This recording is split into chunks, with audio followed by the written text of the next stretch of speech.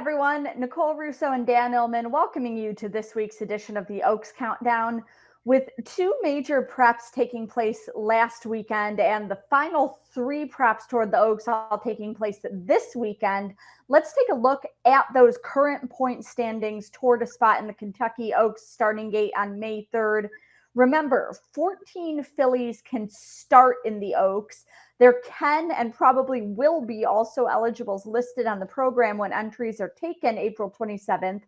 We'll bring you a closer look at the final point standings next week, but for now, it's kind of nervous time if you're toward the bottom of this list waiting to see if you get knocked out or if you're needing to amass points in these final preps. You're absolutely right. With major prep races coast to coast this weekend, if you're on the bubble right now, or if you're even just sort of towards the bottom of this list, you've got to be nervous if you're not racing this weekend. Horses like Our Pretty Woman and Vivi's Dream and Intricate.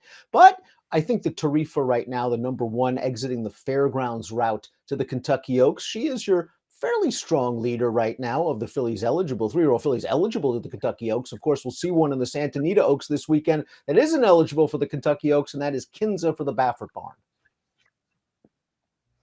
Yeah, and looking at those point standings that you mentioned, headed by Tarifa, a couple of fillies jumping way up the list this past weekend, and one of those was Power Squeeze with this win in the Gulfstream Park Oaks. This seems to be a nice filly who's been brought along in a methodical way, moving up in class kind of gradually, this her graded stakes debut, while winning 4 straight races now. A nice stretch run, but the talk coming out of this race, really the filly she's running past in Ways and Means, who was making her first start since early September, first around 2 turns, getting an adventurous trip and running up very strong second.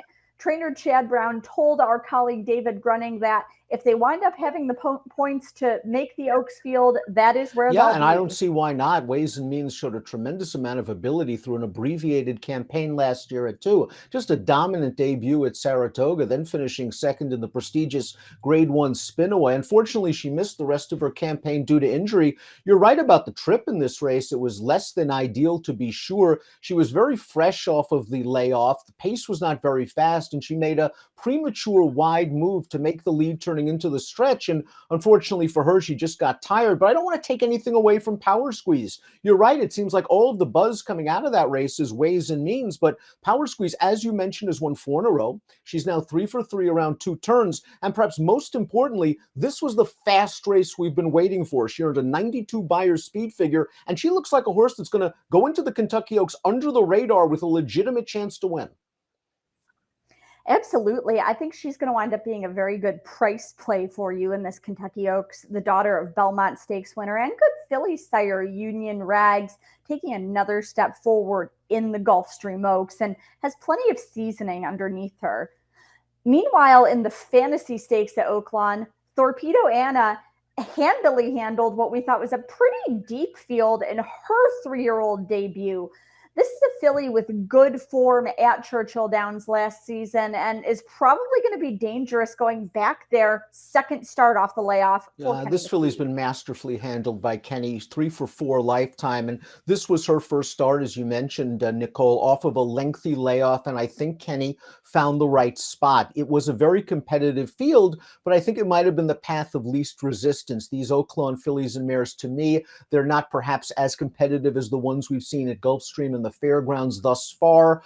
And this is just an extremely strong performance off a layoff, exceeding her prior Beyer top in her first race at 3 with a 91 Beyer. And even though she's by Fast Anna, I don't think distance is going to be a problem. She's from the family of Escandrea. Yeah, and Fast Anna himself bred to be a 2-turn horse, even though, as his name suggests, he was a very fast horse. But he's from the family of Champion Dreaming of Anna, and others. And he really has a strong 2-turn pedigree. Might be a sneaky kind of 2-turn sire there. And West Omaha just clearly best of the rest behind Torpedo Anna. And she's another filly who's got a little bit of form at Churchill Downs. It was a very important race for West Omaha because she sort of disappointed in her prior start. I liked the fact that Brad Cox continued on the road at Oaklawn with West Omaha. It was an improved effort, although no match for Torpedo Anna, and she did have the recency edge over Torpedo Anna coming into this race. So she does have 90 points. She has a very nice body of work, but I do think she might need a career best if she's to upset the Kentucky Oaks, considering the quality of this year's field. Yeah, and you want to talk about some quality. We're going to see it this coming weekend. As we said, we've got 3 remaining Kentucky Oaks points races, chances to earn your way into the field.